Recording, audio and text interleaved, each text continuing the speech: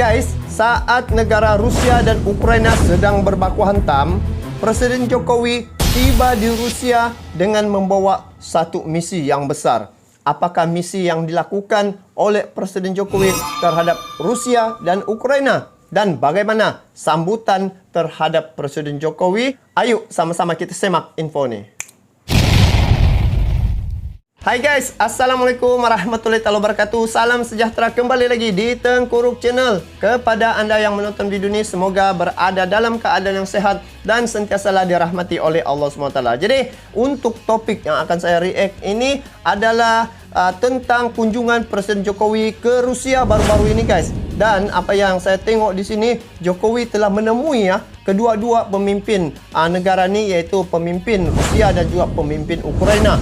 Di saat ini yang saya nampak Presiden Jokowi mengambil peluang ini untuk memainkan peranan semaksimum boleh bagaimana untuk meredakan keadaan peperangan yang telah berlaku antara Rusia dan Ukraina. Jadi kesannya guys, sekarang ni kita sudah rasa di mana peningkatan harga barang dan juga kawalan-kawalan barang-barang asas seperti minyak macam tu. Ini adalah kesan-kesan mungkinlah daripada peperangan yang telah berlaku antara dua negara ini guys. Jadi kita lihat mungkin ada yang beranggapan hanya dua negara ini sejak berperang kita tidak terkesan ekonomi. Salah tu guys. Sebenarnya apabila dua negara ini tengah berbaku hantam, jadi dia punya negara-negara sekutu, masing-masing negara sekutu ni dia adalah satu-satu macam membuat sanksi terhadap negara-negara yang terlibat lah. Jadi ini yang kita risau apabila sekatan-sekatan bahan-bahan mentah itu yang akan menyebabkan satu-satu negara itu akan kekurangan bahan-bahan tersebut dan kenaikan harga barang kita boleh nampak di situ. Jadi untuk tajuk yang akan saya react pada kali ini yaitu gagah Presiden Indonesia Jokowi tiba di Rusia dan disambut begini. Wow, sebenarnya kalau Rusia dengan Indonesia ni dari dulu lagi memang sudah kita nampak dan saya tahu bahwa hubungan ini amat bagus sekali sejak zaman pemerintahan Soekarno sampai sekarang zaman Presiden Jokowi. Jadi ayo sama-sama kita simak bagaimanakah sambutan Presiden Jokowi di Rusia guys ketika ini. Jadi jangan kita berlama-lama, tetapi sebelum itu ini video saya tengok di channel Update Pertahanan. Jadi sama-sama kita support juga ini channel Update Pertahanan dengan memberi like, komen, dan bagi yang belum subscribe boleh subscribe dia punya channel. Jadi kita simak info ini sama-sama. Di akhir video nanti saya bagi sedikit komen. Jadi langsung saja kita nonton video ini.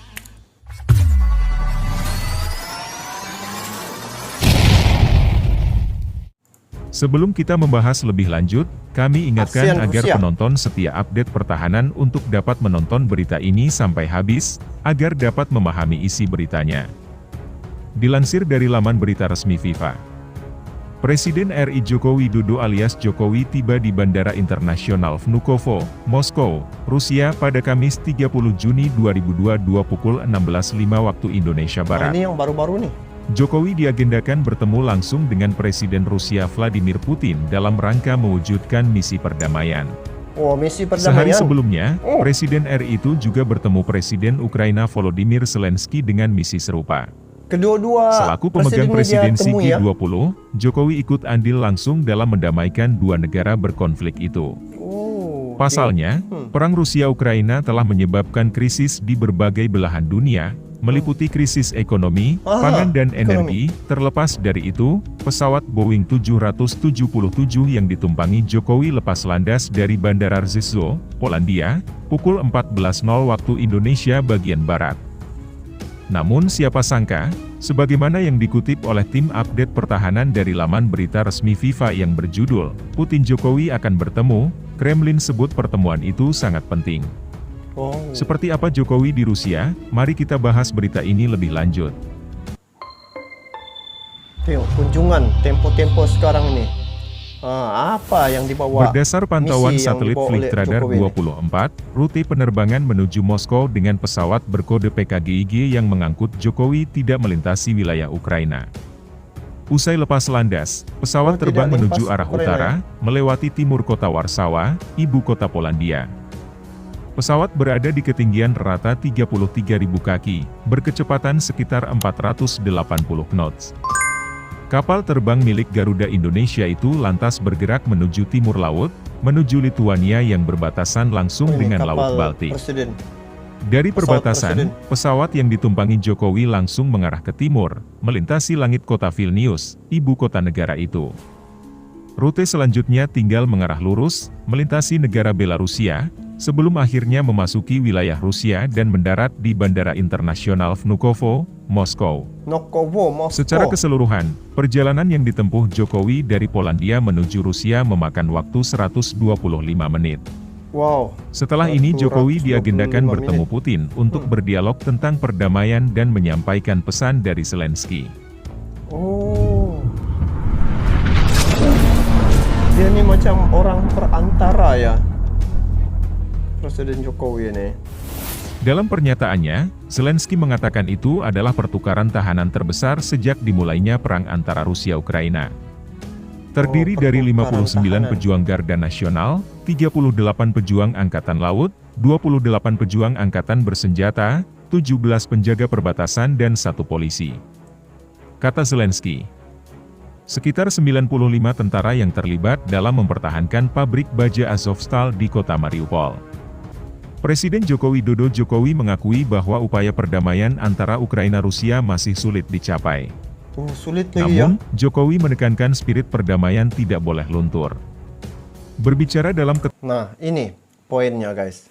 Walaupun sukar untuk mendamaikan kedua buah negara nih, tapi ruh untuk perdamaian tuh Jokowi tetap bawa guys.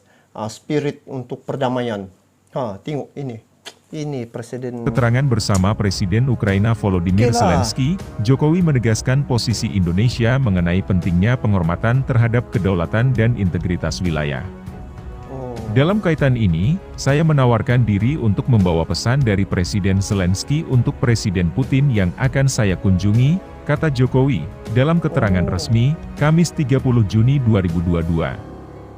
Jokowi kemudian berbicara mengenai dampak perang bagi kemanusiaan. Jokowi menegaskan, kenapa Jokowi berani buat macam tu guys? Sedangkan kenapa pemimpin lain tidak menjadi orang tengah? Yang saya nampak, Jokowi ini dia tidak memihak mana-mana ya, sama ada Rusia dengan Ukraina. Jadi dia punya misi itu adalah untuk perdamaian semata-mata. Tidak mau memihak mungkin pada Rusia, mungkin pada Ukraina, tapi itulah sebab tidak ada sanksi terhadapnya. Dari segi pemimpin Ukraina, dia tidak pun merasa curiga terhadap Presiden Jokowi. Begitu juga Presiden Putin, dia tidak merasa curiga terhadap Jokowi dalam misi perdamaian ini. Jadi ini yang salah satu keunikan pada Presiden Jokowi ini, apabila dia memegang prinsip non-blok. Itu dia punya kesan sebenarnya. Bagus kemampuan yang ada, pemerintah Indonesia akan berusaha memberikan kontribusi bantuan termasuk obat dan merekonstruksi rumah sakit. Jokowi menegaskan Ukraina merupakan salah satu rantai pasok pangan dunia. Jokowi menilai, upaya perdamaian perlu dilakukan agar negara tersebut bisa kembali melakukan ekspor bahan pangan dalam rangka memenuhi kebutuhan dunia. Ini Zelensky bertemu dengan Presiden Putin. Ada Menlu juga. Penting bagi semua pihak untuk memberikan jaminan keamanan bagi kelancaran ekspor pangan Ukraina, termasuk melalui pelabuhan laut. Saya mendukung upaya PBB dalam hal ini, tegasnya. Dalam kesempatan tersebut, Jokowi kembali menyampaikan undangan secara langsung kepada Presiden Zelensky untuk berpartisipasi dalam KTT G20 yang akan diselenggarakan bulan November tahun ini di Bali. Dia menjemput, bukan lagi pakai surat, jemput. Dia sendiri datang ya kepada kedua-dua pemimpin ini.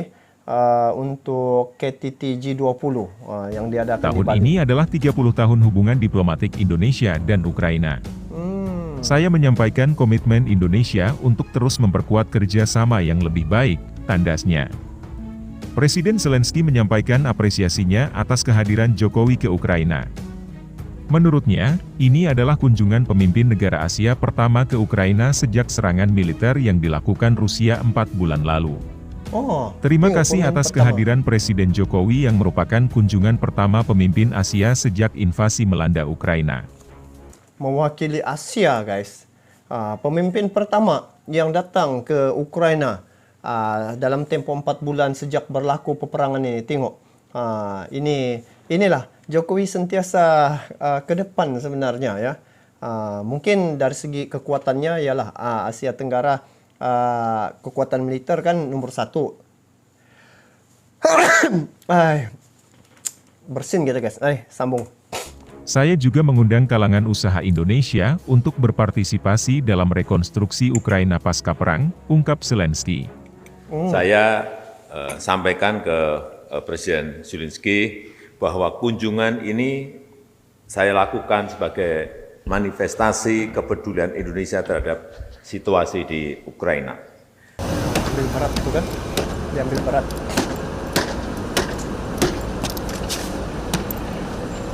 Wah, ini sambutannya.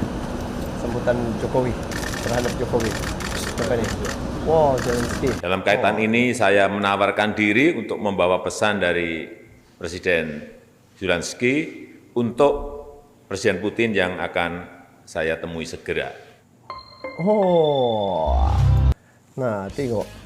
Menjadi orang tengah ataupun perantara untuk misi perdamaian. Nah, jadi kesimpulannya di sini, kunjungan Jokowi ke Rusia dan Ukraina baru-baru ini, dia tidak highlight lah sebenarnya untuk misi perdamaian, tetapi ada beberapa faktor lah ataupun perkara. Yang pertama, menjemput kedua-dua pemimpin Rusia dengan Ukraina ini untuk hadir ke G20 ya, KTT G20. Lepas tu dia membawa juga misi bantuan di Ukraina ya. Dia bawa baru-baru ini dengan pasukan pas pampresnya sekali untuk menghantar bantuan kemanusiaan. Dan yang ketiga memanglah dia, oleh kerana dia berbaik dengan Putin, jadi dia boleh membawa pesan Zelensky itu kepada Putin. Mungkin kalau Jokowi yang bercakap mungkin ada sedikit kesannya lah terhadap Presiden Putin, sebab diorang ni sama-sama berkawan juga guys. Jadi kita nampak di sini usaha murni Presiden Jokowi untuk mendamaikan peperangan yang berlaku di Rusia Ukraina ni guys, cukup besar ya. Dia punya jiwa untuk kedamaian itu cukup besar. Jadi semoga Presiden Jokowi ini terus diberi kekuatan dan juga dia punya aura perjuangan itu harus kita banggakan ya. Dan khususnya kepada negara Indonesia, warga negara Indonesia, kalian seharusnya bangga kerana mempunyai presiden umpama Presiden Jokowi ini. Tengok dia berperanan bukan saja di negaranya, tetapi untuk urusan dunia pun dia mengambil peranan itu untuk kepentingan ataupun manfaat seluruh dunia. Tengok dampaknya itu guys. Jadi apapun, kita doakan yang terbaik untuk Presiden Jokowi. Bagaimana pula pandangan kalian terkait dengan perkara ini guys? So kalian boleh komen di bawah. Kita bertemu lagi di video akan datang. Sampai jumpa lagi. Assalamualaikum warahmatullahi wabarakatuh.